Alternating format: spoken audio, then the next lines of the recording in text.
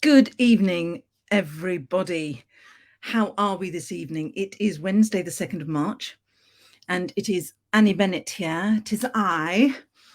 I am in one of three places this evening. You are either seeing me on my Facebook page, Annie Bennett Business, or you are a member of my lovely society, the Home Baking Professionals Society, or you are in my Facebook group, the Home Baking Business Community UK. Wherever you are, welcome this evening. And if you are watching this after Wednesday evening, then let me know if you're watching on replay. I do like to know who's been watching and who's been joining in. So do say hello if you've been watching on replay. And if you are here live, I can see some people are here. Hooray! If you are here live, do say hello. I do like it when people do say hello. Where's that? Puckeridge, Hertfordshire. Oh, that's a fabulous name. Puckeridge, Hertfordshire. Brilliant, brilliant. Wonderful. Yes, do let me know who you are, where you are. It's lovely to have people joining me. I hope we've all had a good week. Have we all had a good week? Fabulous. I have been very busy creating things yesterday and today. I like to batch my days where I spend lots of time making sugar flowers and making video content for my YouTube channel and that kind of thing. And I tend to batch it all, so I do it all at once. So I've been making all sorts of flowers and all sorts of bits and pieces and doing some little 60-second bites for my YouTube channel. If you haven't subscribed to my YouTube channel, please do. I would very much appreciate it. Annie Bennett Business, the Home Baking Business Specialist on YouTube. There are links all over the place. So if you can't find it, there are links everywhere. So this evening, I am going to be talking about some food hygiene basics. I thought it was about time. It's been a while since I've gone over some basic food hygiene things. And as usual, there is a blog that goes with it. So I'm going to be reading. So I'm going to have to put my glasses on because I can't see it otherwise. I should be reading from the blog that I have written. And the link for the blog will go up at about 8 o'clock in the Home Baking Business Community UK group. So if you're a reader rather than a listener and a watcher, it'll be there and it'll have all sorts of links in. So the things I'm talking about this evening, if I say there's a link, it'll be there as well. So we're talking about food hygiene basics. So we're really talking about your kitchen inspection. That is the main sort of thing that you have to sort out when you start your baking business.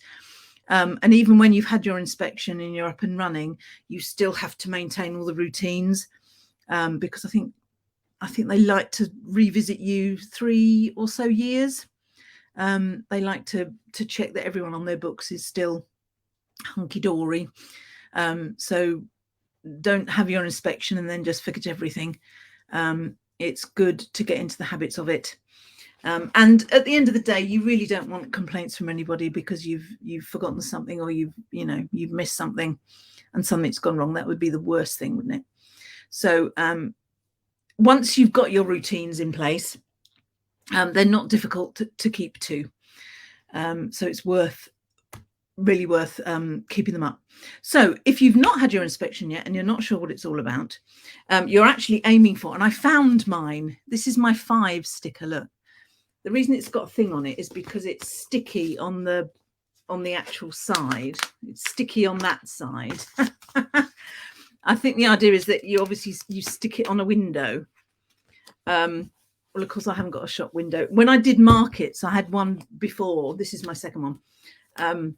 I put it in a photo frame and I would have it on my market stall so that everyone could see it. But I don't do that now. So I just sort of have it here. Here it is. I'm amazed I found it actually because I'm moderately unorganized with that kind of thing. So that's what we're aiming for. Now, when you have your kitchen inspection, what the EHO, the Environmental Health Officer, is looking for is something called an HACCP, a HACCP, Hazard Analysis and Critical Control Point. That is a mouthful. So it may be when you contact them, they say, what is your HACCP? What is your HACCP? And because you've watched this video, you're going to know exactly what they're talking about. And it is basically a risk assessment. It is basically you looking at anything that could go wrong in your kitchen, and making sure you have things in place to stop those things going wrong. That's basically what it boils down to. The document that we are talking about, the Food Standards Agency, here it is. It's called Safer Food, Better Business. And in there are all the little risk assessments, and they call them safe methods. So it'll tell you what kind of things can go wrong and what kind of things they recommend you do about that. Okay, and they're all in there. Now, a lot of EHOs, it'll be one of three things generally. Either they'll recommend this one, and this is for caterers here. Okay. They might recommend the one by childminders, which is a very much smaller document. Or they might, I know some councils actually have some a document of their own. And the ones that I've seen look like they're based on this anyway. What they've done is they've taken the home baking business bits out of this and put it in their own document. And what you will be recommended by your EHO depends on A, what your EHO generally recommends, and B, what it is you're actually going to be making in your kitchen. If you're going to be doing lots of higher risk things, cream products, meat products, seafood, that kind of things, which you might do if you're into afternoon teas and that kind of thing, then the chances are they're going to want you to go into a bit more detail and do this one. Okay. If you're just doing, a cake every so often, but you want to register to make sure that you're doing the right thing, it may be that they do a more light touch. So it really depends on what you've told them that you're doing, that you're going to be making, as to how deep they go into things. I always recommend the caterers one, because I think it's always better to know too much than not know enough, or to barely know enough. I think if you have more knowledge than you need, I think that really helps. I think you can understand how things work a lot more if you've got a better knowledge of it. And as well, if you have a really good knowledge of things, then your inspector, when they come to inspect you, are going to be really impressed, and they're going to be really confident, because at the end of the day, what they are looking for is confidence that you know what you're doing. So if they turn up and you've got this ready, you've got your schedules ready, you've got your checks ready, you've got this ready and that ready, they're going to think, oh, I'm all right here. I haven't got to worry about this one. This is fine. Okay. If they turn up and there's nothing ready at all, and the person that they're inspecting really hasn't got a clue, doesn't know what allergens are, all that kind of stuff, they're going to be a lot more worried. Okay. So if you are in the Home Baking Business Community UK, that is not going to happen, because we will put you right. There is so much information in our group about this. So Safer Food, Better Business. There is a link to it in the files in the group. There's also a link on my blog. But if you go to the FSA, the Food Standards Agency, you can find it on there as well. It's all highly accessible. That one, actually, I bought as a printed copy in a folder from either eBay or Amazon. Can't remember which one. There are loads and loads of printed versions that you can get. I chose to actually buy one because I didn't want the hassle of printing it all out, because there is quite a lot of it in there. So I wanted one printed out in a folder, but you don't have to print it at all. You can actually just keep it all online. In fact, in this inspection I had, my last one, I was looking at my notes, all the notes that she made, and I did actually have everything online then. I had my diary online, my schedules online, everything just on my computer.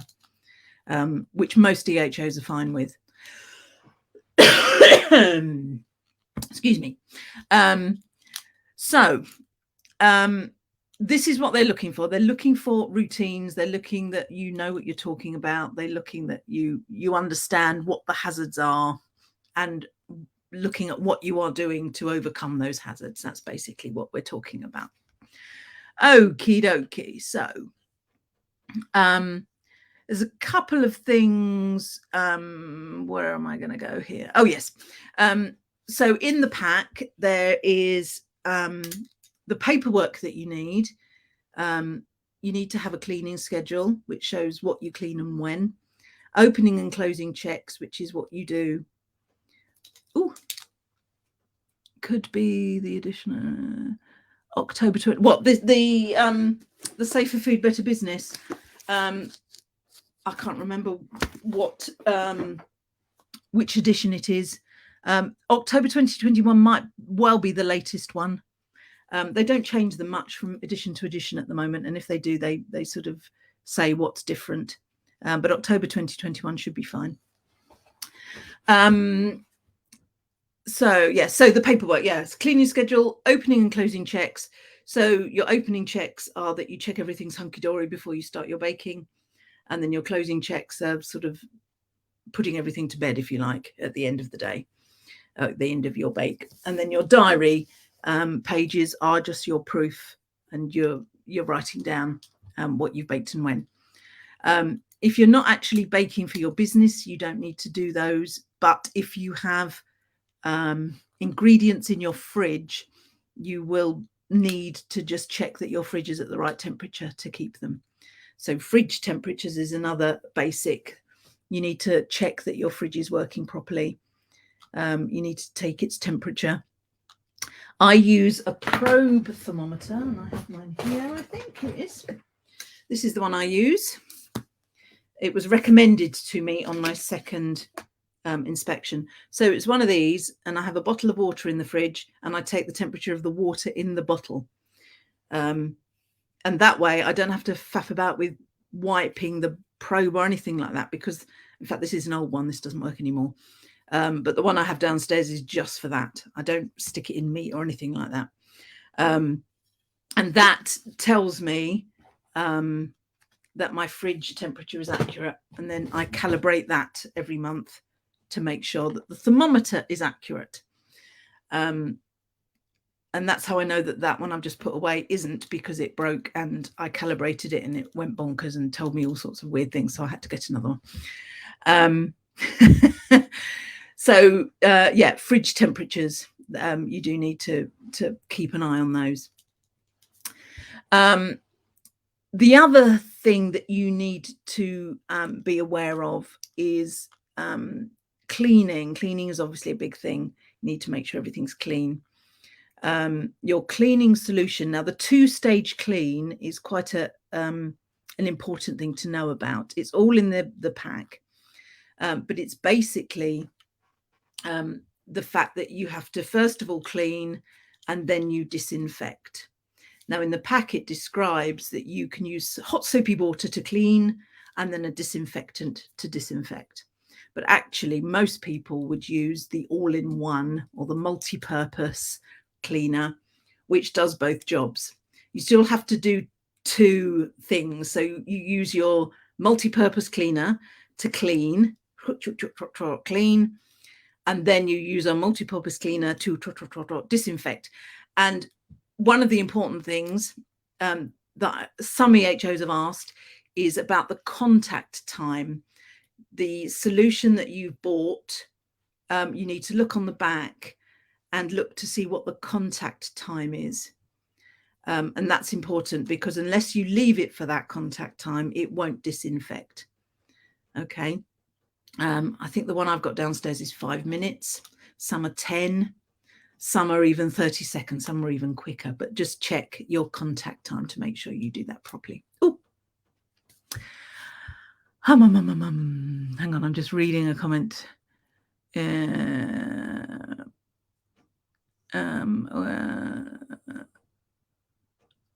Okay. The thermometer I just got on eBay. It's just a probe thermometer. I don't even know what brand it is. But if you go to eBay and put in probe thermometer, you're going to see lots that look like that, basically. Okay. If you can't find one, ask in the group and I'll tag me in and I'll put a link up for you. I can easily do that. So the two-stage clear and the solution, the product, the multi-purpose thing has to have a BSEN number, either 1276 or 13697, and that's on the back in little tiny letters. And it has to have that because that is, it means it's been tested and it does what it needs to do bacteria-wise. Okay, so you need to look for that. But most of the supermarket-owned brands have it. It's not difficult to find at all. And in fact, the one I've got downstairs, I think it's a Tesco one, and it was 80p or something. So it's not expensive and it's not difficult to find. Okay. Come on to allergies in a second. The other thing that you will need for your inspection and for, generally is your food hygiene level 2 certificate. It's like a course, a training that you need to do. You can do it online. It costs about 10, 15, 20 pounds, something like that. And you'll generally get a certificate at the end, which you can then put with your food safety stuff so you can show your kitchen inspector. That's for sort of basic food hygiene. You would also need to do food allergen training. So you need to know about allergies. Even if you're not going to be catering for people with allergies, you do need to know about allergens. You need to know, because you do need to notify your customers what allergens your food contains. Okay, and that's regardless of whether you cater for allergies or not. Okay, it's a legal requirement. If you're not sure about labeling and things, I've done a couple of lives on labeling. Have a look in the guide section, and there's one on my YouTube channel as well. So look for those, and that goes into a bit more detail about labeling and things. Okay, and a bit more about allergens and allergies. Okay, it's a bit too long to get into now, but have a look up at those, and then if you're still a bit confused by it all, just ask in the group, tag me in, and we'll sort you out. Okay. But when your inspector comes, they will really expect to see your food hygiene. Where's mine? Level. Here's mine. Oh, I did a level 3. I did a level 3 because I knew I was going to be doing a lot of teaching, and it just felt like I needed to know more. But the level 3 generally is only for managers and people that are teaching staff. Some people are under the misapprehension that a level 3 is if you are dealing with cream, but that's not the case at all. I don't know where that came from. But a level 3 is just a bit more information and is to do with managing and dealing with staff. Okay, but you would just need a level 2.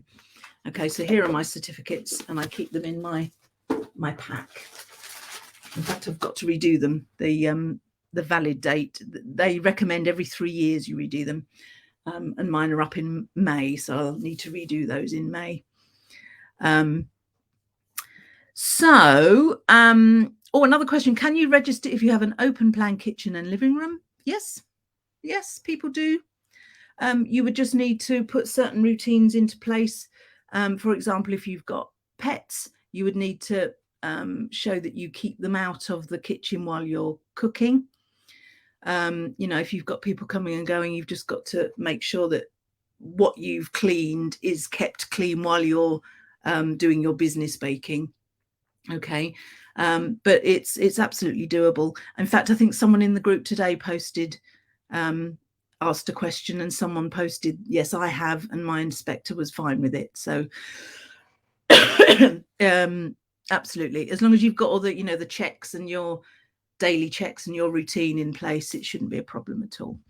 Okay, my YouTube channel, what's my YouTube channel called? Have I got it? Hang on, have I got it here? Oh, that's remiss of me. I haven't. Hang on a minute. I will find it and I will I will put it up for you. Hang on. Let me find it. Hang on. La, da, da, da, da. Hang on. My channel. Here it is. La. Hang on. I've got to cut it and paste. I've got to multitask here. All right. Create a banner. Here we are. There it is. That was slick, wasn't it? You didn't see the joins there, did you? That's me, Annie Bennett, the home baking business specialist. Pop that into YouTube and you will find me there. And so I've filmed loads more content yesterday and today. So there'll be lots of other bits popping up as we go along as well. Okay. And a lot of my lives that I've done here recently are in there as well. So what have we got? We've got the one I did on finances is there. Actually registering is in there. BSCN numbers, there's a little thing on that. So there's lots of information in there for you. Okie dokie.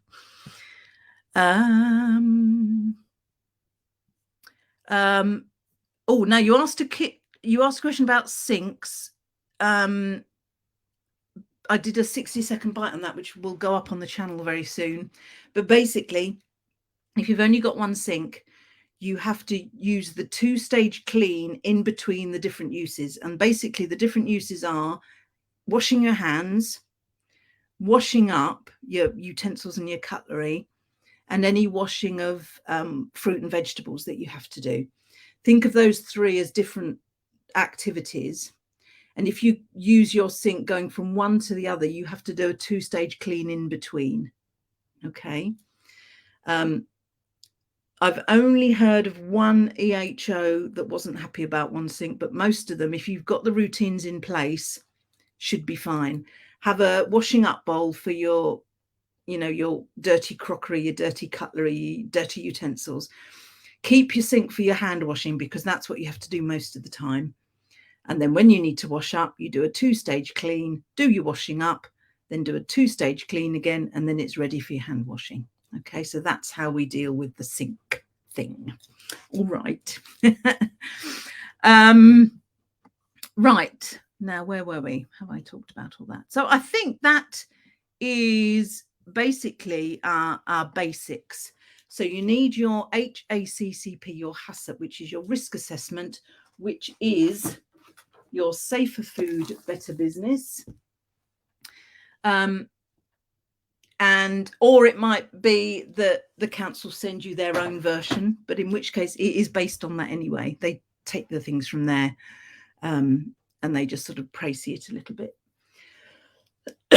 Do your food hygiene level 2. Okay, and make sure that's for caterers, not retailers. If it's for retailers, that just means you're buying food in and selling it on. It doesn't mean you're making it. So make sure it's for caterers. And you need to do allergen awareness. There's the Food Standards Agency has allergy training on their website for free, and it's a very good one. And if you look at my blog, you'll see the link in there, or I've put the link in the group, various places as well. And if you can't find it, just ask and I'll give you the link. Okay. When storing your dry ingredients, do you have to have a completely separate cupboard? I have, but it's not completely compulsory if you're pushed for space. Just make sure that all your ingredients, they can't cross-contaminate. If you look in the SFBB pack, one of the chapters is to do with cross-contamination, and it will talk to you about that. So you put them in bags, in boxes, in clips, and it should be fine. Okay. But yes, it is very, very much possible to have a 5-award kitchen that is very, very small, very much so. Okay, you don't have to have oodles of space. In fact, my kitchen's so small, I have to have my dining room in my fridge in my dining room. That's just the way it is. So you're very welcome. Anything is possible. You know, those of you that have seen me talk about things before know that I'm a true believer in anything is possible. And if something's standing in your way, you just sort it out and you deal with it and you get on with it. Okay. So go for it. Go for it. Now then, if you are a little bit at sea still, oh, excuse me, about your inspection, let's take a sip of tea. I am, let me just take that banner away because that's a little bit annoying. There we are. I am doing my next live training. I offer a training course on kitchen inspections where I go through the SFBB pack page by page. And I talk through what to expect on the day in a bit more detail. I talk about the documents. And in fact, I have just rejiggled my courses so that if you sign up for the course this time, you get a free food hygiene book in with the price. I've increased the price slightly, but you do get one of these, in with it. And the next live session is happening on Sunday. But if you can't make the live session, there are just loads of recordings, and you'll have access to the recording of Sunday's session as well. So it's all there for you. The link for that, in fact, is coming up in the group. I think I scheduled that for about 8 o'clock as well. So look out in the group for the link to my course. Quite a few people have taken it and told me it's been very useful to them, because it's all the information you need in one space and you haven't got to go searching and asking lots and lots of questions everywhere. And it'll just give you that little bit of confidence that you know what you're doing on the day, which is, you know, what you need, isn't it, really? So have a look at that. If you've got any questions about that, or you can't find the link, again, just tag me in the group and I'll put you right. Okay. So there we are. That is what we are talking about this evening. I try to keep these to half an hour. There we go, nearly half an hour. I'm sure you haven't started the wedding club. Ah, yes, I've got a wedding cake business course as well, which is all up and ready to go if you want to buy that one as well. But if you look on my website, anniebennett.co.uk, all the information for everything is up there. All my courses, all my books, and various other books and various other bits and pieces as well. There we go. There we go. You have joined. Fabulous. Fabulous. Yes, unfortunately, your Facebook, I can't see who you are from in here. I will be able to when I come out and look at the comments on the live. But I'm glad you have joined. I'm glad you have. Righty ho then, my lovelies. I will leave it there. This video will be in the Home Baking Business Community UK. I'll pop it in the guide section, but it will also be on my YouTube channel, which I think I'll be putting up on Friday because I probably won't have time tonight. And I'm going to London tomorrow. I'm going to a conference tomorrow. Well, I say a conference. It's more of a sort of a learning day about various businessy things. So I'm looking forward to that. Tootling up on the train. I rarely go on the train. There we go. So yes, so have a good week. Next week, what am I talking about next week? I think I am talking about income, making money, which is what we all want to do, isn't it, at the end of the day with our businesses. But next week, I'm specifically talking about making money from business without actually baking. So I'll be talking about some of the ways that I make income, baking related income, without actually turning the oven on at all and any baking. So that's next week. I will be talking about that. So if you are interested in that, pop along and I will answer questions as well. I will have fun. Thank you very much. I'm very much looking forward to it. So have a good week, everybody. Thank you for joining me. It's lovely to have you here. And have a good week and a weekend. And I will see you next week. All right then. Toodaloo.